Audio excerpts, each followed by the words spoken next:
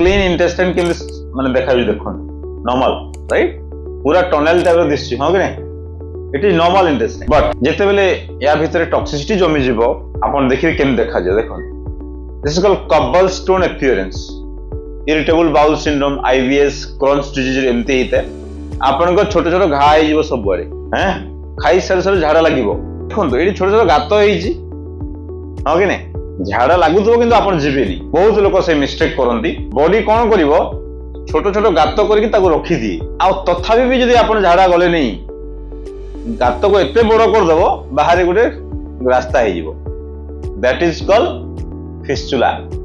एबे बुझि परले तो जो फिस्टुला देखौतली बहुत पेशेंट सर मो तो सब झाड़ा बाहर जुल कहबे आ गोटे द्वार बाहर